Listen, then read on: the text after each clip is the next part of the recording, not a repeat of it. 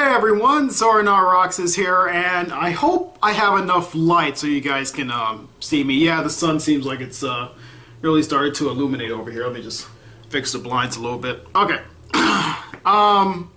So it's been a few days since I made my last video. That's because I've been watching movies, and over this weekend I actually seen the movie Get On Up and Expendables over the past few days, Expendables 3. So when I was going in, I was saying to myself, I'm going to go see these two movies, and depending on which one I liked more or which one I have more to talk about per se, I would review that, and then the other one I would debate on whether I should review it or not. Well, I've already come to the conclusion that I'm going to review both movies, but I'm going to start with the one that actually made more of an impact, or should I say the better movie, and that's Get On Up. So, after contemplating and debating with myself, I finally decided to make this video. Okay, so for those of you who don't know, Get On Up is the story or the autobiography of James Brown, and it's a slash drama musical. It's that type of movie. You know, if you see movies like Ray or something, it's basically like that. But of course, telling the life of James Brown. James is actually played by Chadwick Boseman, who played Jackie Robinson in 42, which was a really good movie. If you guys haven't checked that out, please by all means check that movie out. I did not get a chance to do a review on that, but I did watch it and I thought it was great. To be honest, I think I might like this a little more, possibly because it did. Some people might say, okay, it probably went for a little bit too long, but I thought something like 42, which was the story of Jackie Robinson, kind of went on for a little bit too short, or they focused more on this part of his life rather than show us any other part, to say that, okay, this was like the only interesting parts, and I'm sure he went through more than that. And I wanted to see it leading up to when he got older, sort of like the Butler type situation, which the Butler did a better job with that. This one doesn't. This one doesn't, because this one starts off, the movie actually starts off in 1988 after James Brown, you know, he's kind of retired, or not really retired because the man never stopped performing. He performed into the 70s. He has his own barbershop or salon. One of the customers from another store or something comes and use the bathroom, and he actually takes his shotgun and he goes to the other store and he's like, okay, now who used my bathroom and everything. And it's a really great scene, by the way. It's actually pretty hilarious. Besides that, it actually jumps back and forth. Not that it comes back, it does come back to 1988, but it comes back towards that at the end of the movie. But it jumps back from 1988 to when he was a kid, a little bit forward to when he is, you know, James Brown, where he becomes James Brown.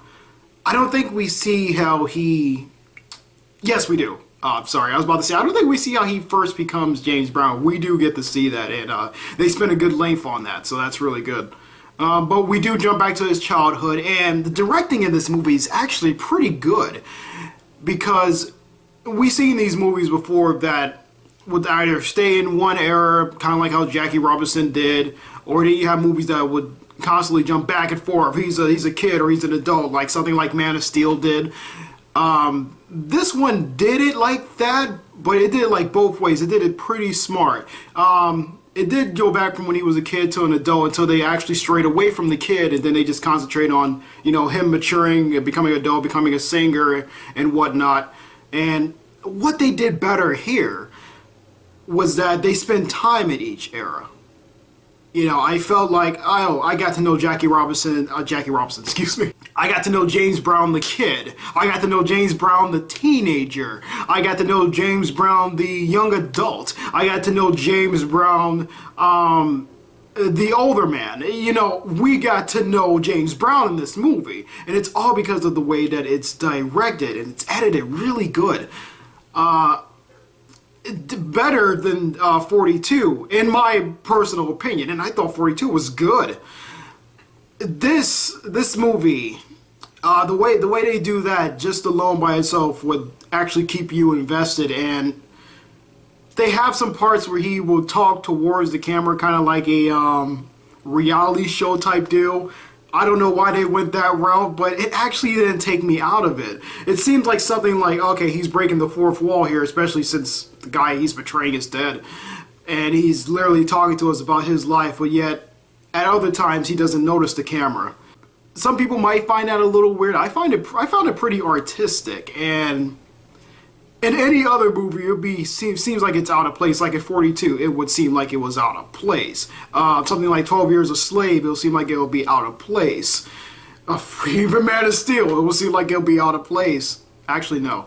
But the point is that they did do that, and they got away with it. It portrayed it really well. Here, also, the lead actor, Chadwick Boseman, he's just great. And I mean, to go from some guy like Jackie Robinson to an egotistical guy like James Brown, who's also likable at the same time, really good. His friend, who's, God, I can't remember his name. I know the actor is Nelson Ellis, who, I can make a True Blood reference here, but I won't. Nelson Ellis, who plays his best friend Bobby. Bobby, I think that's his name. Bobby Bird, who plays Bobby Bird, and he's great too. Every time I see him on screen, I think of, I said I was going to make a True Blood reference. Every time I see him on screen, I think of Lafayette. I'm sorry.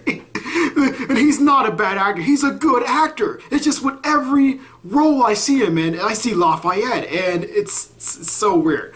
But anyway, so those two do great, you know, playing off of each other, the chemistry they have between them in their friendship to their breakup and whatnot. Really good stuff. Really good stuff. Even when they get back together in the end, they're like, oh, you know, we're friends again and whatnot. Really good stuff.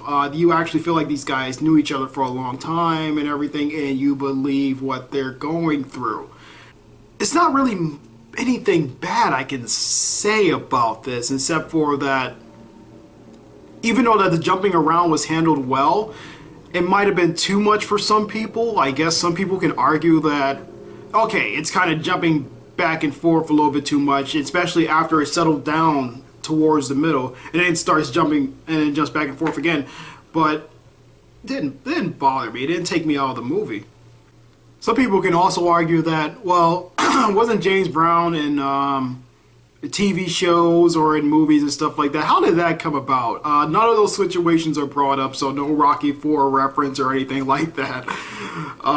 Nothing about him appearing in any type of other small TV series or stuff. They kind of stray away from that and just concentrate more on his music career. Now, with that being said, James Brown was a bit of an they didn't glorify him neither. Like, I don't mean to bash on 42 again, but you know, that's like the other movie I know Chadwick from, so that's the reason why I keep referencing this, because the movies are pretty similar in the way they're foretold and everything. Is in 42 they kind of built Jackie Robinson up. Not saying that he didn't have, you know, any emotions or like that, because he obviously did if he had to deal with all the stuff that he had to, and he kind of suppressed that. But besides certain anger parts, it really wasn't much said with Jackie Robinson. Whereas here, I should say, how can I put this? Both movies kind of suffer from this, and I will probably say this is one of my problems with the movie, and it's because of James Brown was egotistical. He had a big ego. Even though he was charming and whatnot, he was a bit of an abuser as well. And, you know, he would hit his wife and stuff like that, and he would do drugs as well. And this is really downplayed. They do nudge to that, or they even show it once. He does hit his wife, but it's done off screen. He yells at her, but those scenes are rarely there. He does drugs once. That's it. And I know he had to possibly do it more than that. It's really downplayed. You'd think you'll see more of all the sides of James Brown, especially when they start off like, okay, you know, he's this, he went through all this trouble. you can understand because of his childhood and everything, but there was this other side to James Brown, and it's not shown as much as it possibly should have been in the movie, and that's only because I think that one of the family members definitely got a screening of this early, or they showed it to them and it was like, oh no, you gotta remove that. I feel like there's gonna be some good bit of deleted scenes in this, and that's only because of the fact that sort of the dark side of James Brown was sort of downplayed and wasn't even there until like the end of the movie. So it's not like the movie's idolizing him either, but they still could have showed us more. And you don't want anything to make that to destroy his image, but you also don't want to get falsified information, or if you're really going to put in the real stuff in there, you should probably show a little bit more of that. Yeah, maybe he did drink a lot, maybe he did do drugs and stuff like that, and besides you guys showing it once, pretty much everything else was positive. You know, everything was coming up roses for him for the most part. He had a little bit of an anger problem too. Could we have explored that a little bit more? Did he ever go to anger management? We don't know because the movie doesn't tell us. But yeah, besides that, I guess showing like the other side of him being human, the movie was pretty good. I actually think it's worth a watch, especially if you don't know anything about James Brown, or if you like those type of movies that just tell you the biography of a singer or an actor or whatever. Then you're gonna like this. This is actually put up there with, like I said, 42 and some of the other great ones, even Ray. Yeah, get on up, check it out if you can, and I have fun. I'm glad I watched it.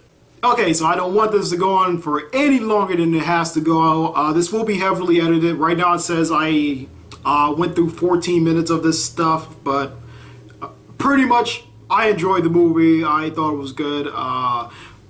3 out of 4 for me, possibly 3.5. I'll see. I'll put the official one in the description box. I might make up my mind after I finish editing this.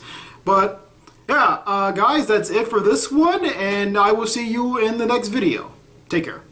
Oh, yeah, I'm possibly going to be doing Expendables. Actually, I'm going to do Expendables 3. I'm going to do it right after this, okay? So, see you in the next video.